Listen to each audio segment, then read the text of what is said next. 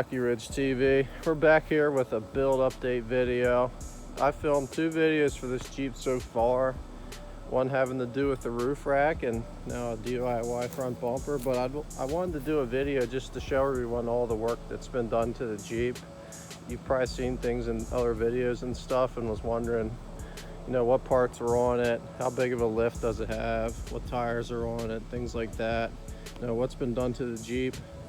Had it for about 3 years now and done a lot of work. Ended up getting it for a really cheap price, but it needed a lot of work done to it. And I did that all one summer pretty much and got it running with the lift and tires and just started including things here and there. So I wanted to walk you guys through the build and show you what's been done. So I'm going to start with the lift that it has on. It has a Iron Rock Off-Road 4-inch premium lift kit. That lift kit came with all the adjustable control arms. It does have short arms, it's not long arms, but it's got the A-arm link in the back with the 2 adjustables here in the back, 4-inch springs. And then the front are just short arm adjustable links. So that's the lift I started out with. And then what I ended up doing for tires is I got some Jeep Wrangler. They're actually the Gladiator takeoffs. They're off of a Jeep Gladiator Rubicon takeoff wheels. I like this color the best. I think it matches it really well. The bolts right up to the Jeep WJ. It's the 5x5 bolt pattern. I have a 2-inch spacer in there just to push the wheel out. It actually pushed it out just about perfect with these fender flares, which I'll talk about next as far as coverage.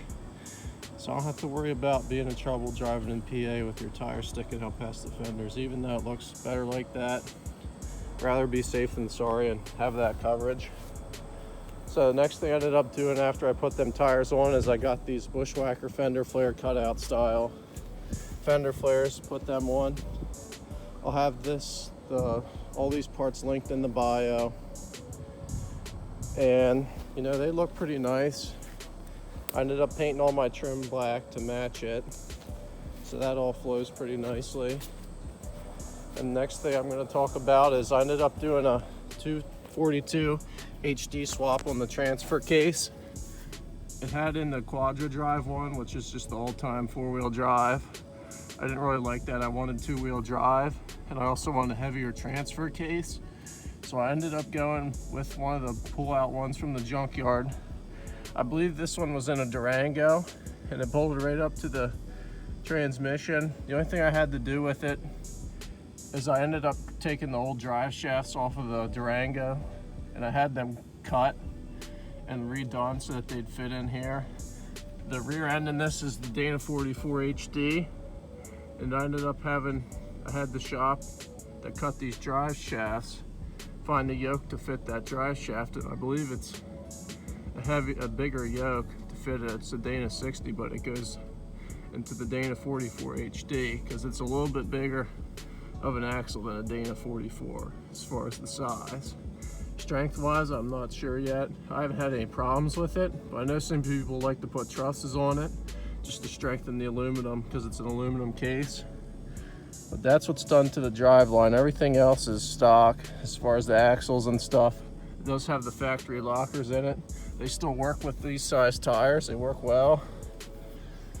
And I like the setup with the transfer case because it has the 2-wheel drive and then the all-time 4-wheel drive and then the part-time 4-wheel drive and the low range for 4-wheel drive. That seems to work well. The next thing I did is I wanted to get a full-size spare tire for it, and it wasn't fit in the back where the original spare was, so I ended up going ahead and getting a roof rack to put it on. It's a full-size spare up there. There's a whole video on the channel for how I ended up mounting this rack and made a bracket to hold the tire in, so go watch that video if you're interested in how I did that. It's a roller roof rack. I'll have the link for the rack in the bio if you just want to get one for your car or whatever. I mean, it fits on the rails just about perfectly. It matches this Jeep perfect. Couldn't find anything better. The next thing I ended up doing to the Jeep as far as modifications is I ended up making a DIY front bumper. I just made a new video on how I made this bumper. So if you're interested in making your own bumper, you want to see how I did it, go check it out on my channel. There's a whole video on it. Other modifications, the only other things that I did was under the hood. So I'll open the hood up, show you what's going on there. This one does have a straight 6 in it. I have 204,000 miles, so it's got a good bit of miles on it. It's running strong. So it has a K&N cold air intake on it. I'll leave a link in the bio if you want to go pick one up. I think it gave it a little bit more power and stuff with the bigger tires. I didn't change gear ratios or anything, and it still gets along in traffic and stuff. Next thing I did is the injectors were having problems with one of them leaking since they were so old. So I went ahead and got some new injectors.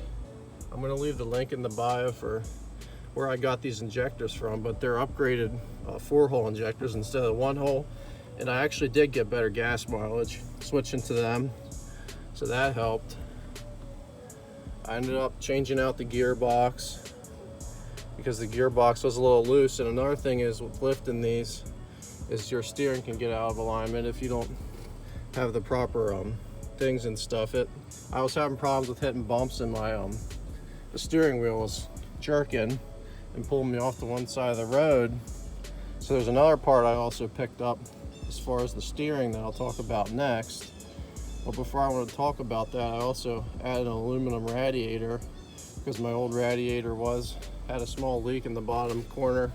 I had a hose go out, and I thought maybe I didn't have the hose tight or something. It was still leaking afterwards, but there was a hole in the bottom. It was hard to see, but you could tell it was leaking out of there. I thought the hose down below, the lower radiator hose, was leaking around the fitting, but the radiator was sagging. So that's everything done under the hood, nothing else. One part that really helped fix my steering problems I was talking about is this Iron Off-Road track bar drop bracket. It's this black bar that's right above the oil pan. It goes across to the other frame, and it drops your track bar. And I was having problems with, every time I hit a bump, the steering wheel would jerk and it would take me off to, it was hard to keep the Jeep inside the lines. And I had some people say it's the steering box and you need to adjust it and tighten it. And I did do that, and it didn't seem to help. Well, what happens is if your track bar doesn't line up with your steering linkage, which is in front of it, that's what causes that problem. And the lift kit didn't come with the track bar drop bracket, which I know some other brands do make. They do come with that. I think Rough Country does that. My dad has a TJ and put a 4-inch lift on it, and his did come with a drop bracket, but this one did not. So I ended up picking that up, and it does go across the other frame rail, so it stiffens the frame up a little bit. But that solved all my steering problems. And I know the Jeep WJs are known with having problems with steering. So that's pretty much all that's done to it. Let me know if you have any questions or any problems with your Jeep WJ. I might have a solution to fix it because I had to iron out some problems with it, but overall I'm happy with the Jeep. It rides nice now with everything done to it. So go ahead, like and subscribe if you want more videos, or give me some ideas and suggestions on what you think I should do with the Jeep next, and help me get some more video ideas. I have some more ideas where I'll make videos on them, but let me know what you like, let me know what you didn't like, what I can change. Drop any questions below, and thanks for watching.